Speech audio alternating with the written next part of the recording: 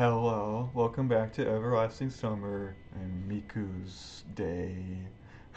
Like, that was so weird. Okay, so started as a shooting a movie or something, shooting a TV show, and now it's a zombie Oyana apocalypse. It is so weird. Suddenly, a bright light fired up a couple of meters away from me. I leaned against the wall, trembling, but immediately realized that it was Lena, who had turned on a flashlight. Where did that come from? Where did you get that? Lena came closer, limping. I took it just in case, yesterday. I took the flashlight from her and shone it around.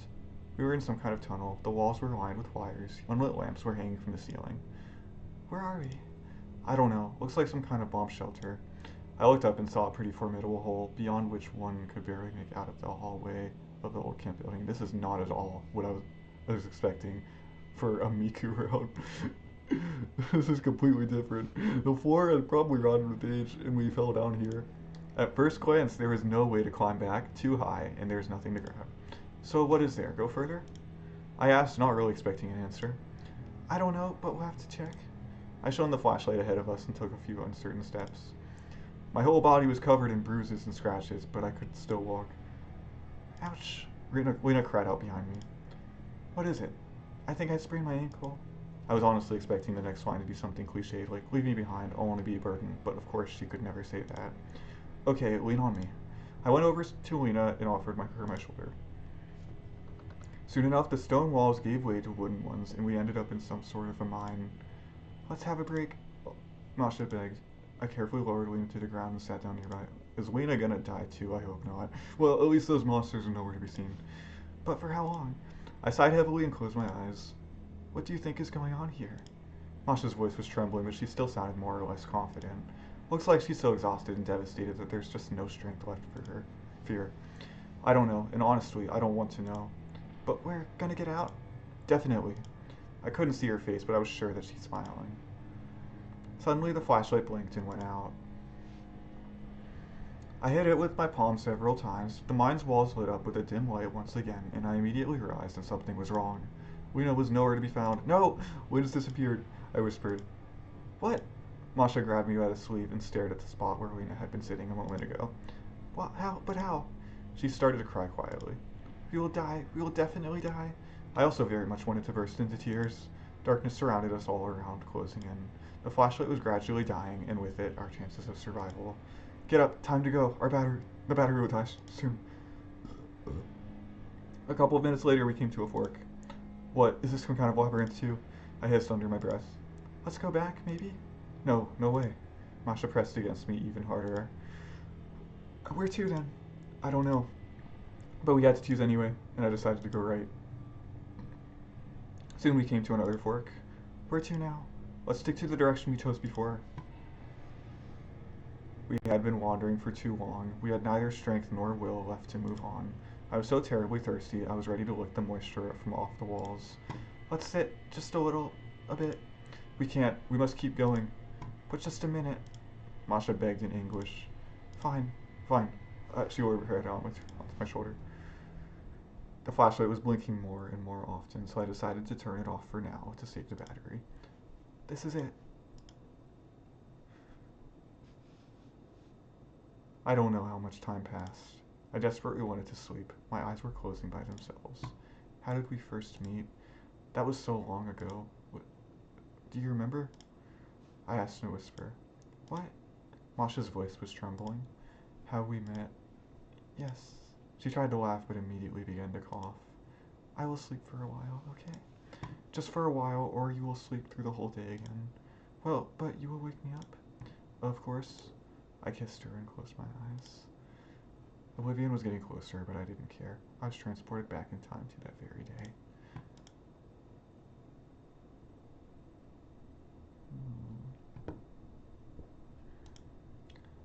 My whole body was aching. Perhaps my brain couldn't rest peacefully because it was distracted by thousands of signals from my nerve endings. Somehow I rose and woke up Masha. After all, we were planning to survive. Oh, how long have I been in this mine? Fork after fork, tunnel after tunnel. Masha was whispering something all the time. To the left, to the right, to the left, to the right. It seems that I won't be able to handle even one more turn.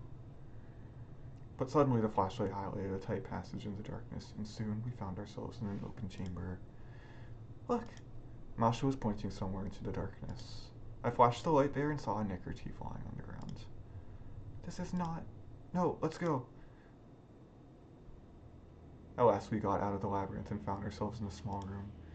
There were broken bottles all over the floor, pipes stretched along the walls, and at the end of them were rusted valves. A mess of graffiti was scrawled all over the walls. At least it's a change of scenery, I sighed. The flashlight had almost died, and I had to shake it up every 10 seconds to slightly recover the battery. Exhausted, Masha dropped to the floor. We can't stop. I'm sure there is the exit somewhere here. How do you know? I looked at her. She obviously had no energy anymore. Masha was struggling with her exhaustion and could lose consciousness any second. I just know it. I smiled, trying to look encouraging. Well, if so... She leaned against the wall and stood up hardily. Sit here for now. I will see what is further on. I'm afraid... Masha trembled. I'm not going far. She raised her eyes to me, full of hope, and nodded almost imperceptibly. I looked around and noticed a heavy iron door. My attempts to open it came to nothing. It was completely rusted shut. I wish that pipe was here now. But there was no other choice. I braced my leg on the wall and threw all my weight against the handle. My muscles bulged. My forehead was awash with sweat. My vision darkened. But the door didn't budge, just gave off a hollow rattle. It's all right. Wait a second. I shouted over to Masha, gasping for breath. I need to find some kind of stick. I ran over to Masha, bent down, and smiled. There's definitely an exit behind this door. She looked at me wearily. I ran out of room and began to scour the mine in search of something suitable. The flashlight was about to die, and having blinked its last, it finally went out. I panicked and began to blunder around, trying to find the way back.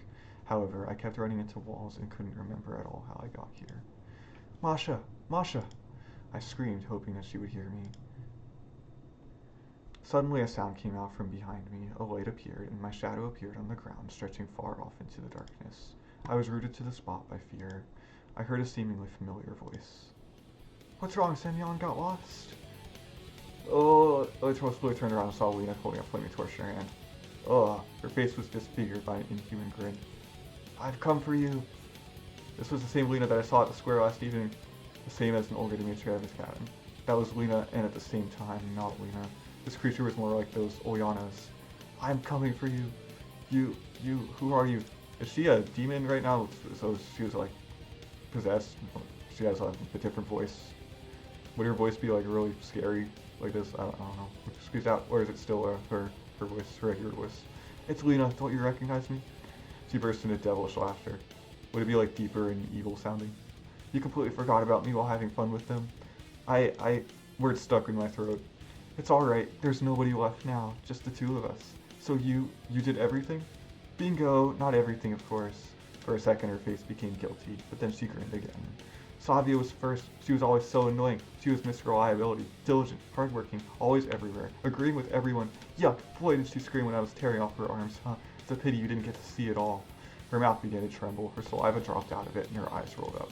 And then Alyssa, everything is annoying me. I don't need anyone. Now she's hanging peacefully alone on a tree. However, it wasn't easy to lift her up there, but it had a much greater effect. How you all screamed, huh? Like pigs in the slaughterhouse. Lena's face was twisted by a grin of sick pleasure. Why, Lena? Alright, just that. Miku will have to deal with it, and then it's over. Why are you doing this? She produced a giant cleaver covered with blood from behind her back. Well, actually, it seemed to me that she was lost in thought.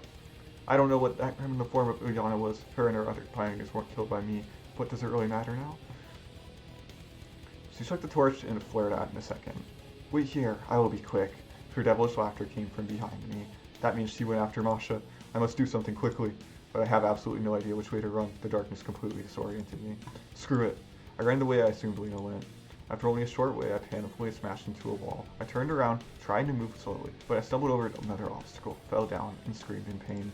Trying to rise, I realized that I couldn't put any weight in my left leg. Seems like I twisted it.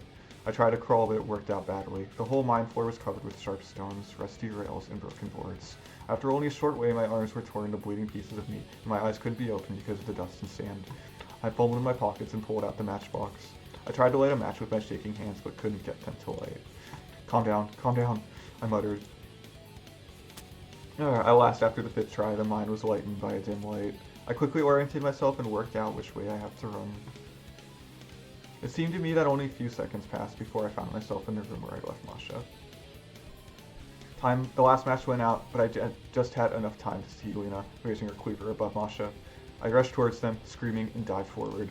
My hands suddenly collided with something. I fell to the ground and began smashing everything around me. Most of my punches didn't hit the mark, but then my hands met something soft. I heard a moan and dead silence set in. I rolled onto my back and started breathing heavily, inhaling the dry air greedily. Masha, I called. I heard quiet sobs. Are you still alive? Yes, she whispered. Did she get you? No. I began to fumble in the darkness and soon found the torch and a lighter. Shapeless shadows began to dance on the walls, and I saw Lena's body sprawled on the floor. She seemed to be alive. I was going to finish her. Don't. Masha crawled right over to me and grabbed my leg. But we can't just. You don't need to. Of course, Lena wasn't to blame for everything, but she's the devil incarnate. There's no way we can let a human like her, if she can still be called a human, live. But when I looked at Masha, I realized that I can't. I just can't. I took up the cleaver from the floor, and twisting it in my hands, I decided that would make a perfect crowbar. Going over to the door, I jammed it into the wheel and pulled it on it as hard as I could. The door creaked and opened, fresh air streamed into the room. We're saved. I returned to Masha, helped her to get up, and we left the room, leaving Lena lying unconscious. Beyond the door, there was a short corridor with a ladder at the end of it, which led up to a grating. I climbed up and pulled on it with all of my strength. The grating fell down with a crash, and I climbed out. I fell to the grass, exhausted, and looked around. Again, this square, again, this camp. The bright red dawn was breaking in the east, burning the tops of a distant forest. The last stars winked at me, unaware of everything that had happened here in this hell. Masha rested her head on my shoulder and pointed up to the sky with a trembling hand. I wish we were there.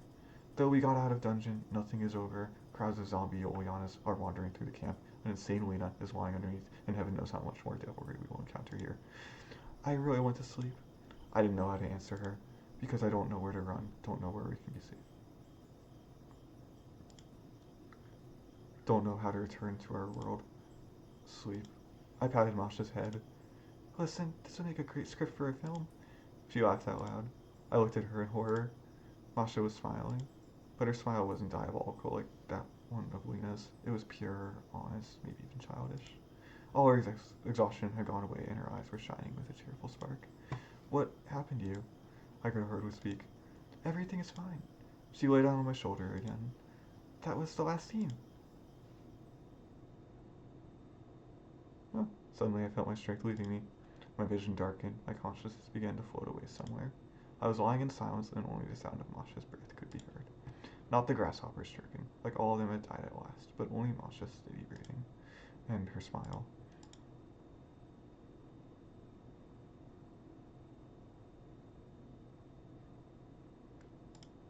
Scene.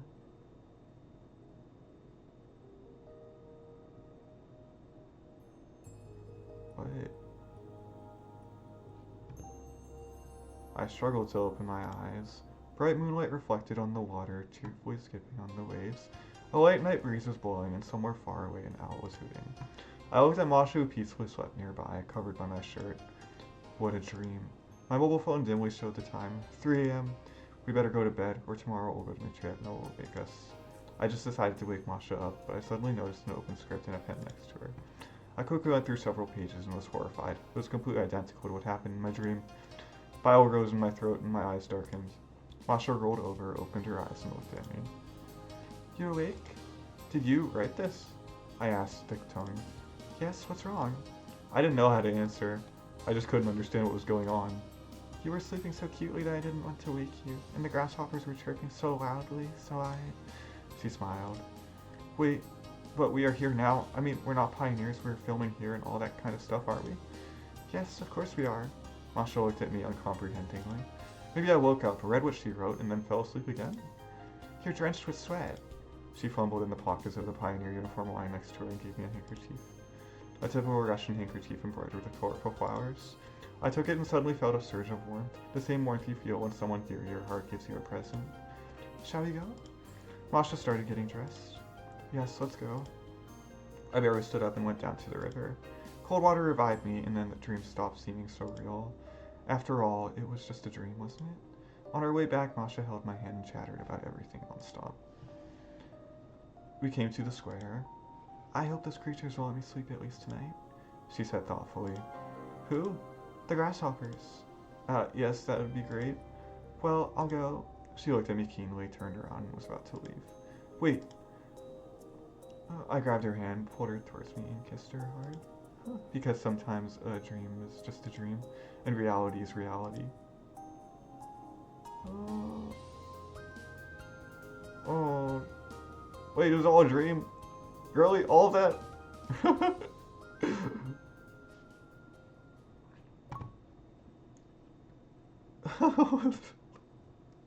Are you kidding me? That was just all a nightmare. Oh, every story has a beginning and its end. All right, great.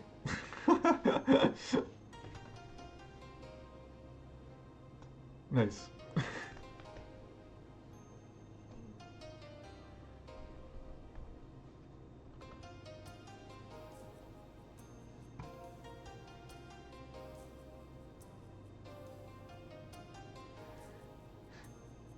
So I had a dream about the movie she wrote. Hmm.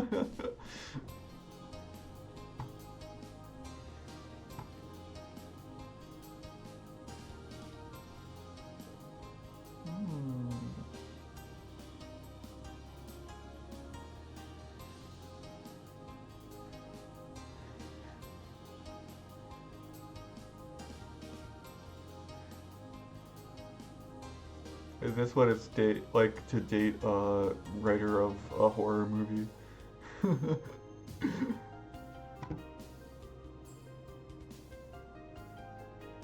uh, I mean, she's still hot though.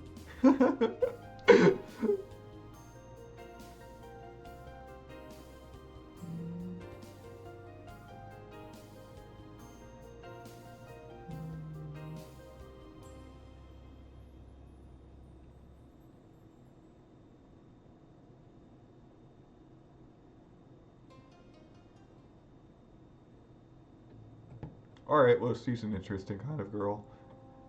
Neat. Okay, that one's done. Bye!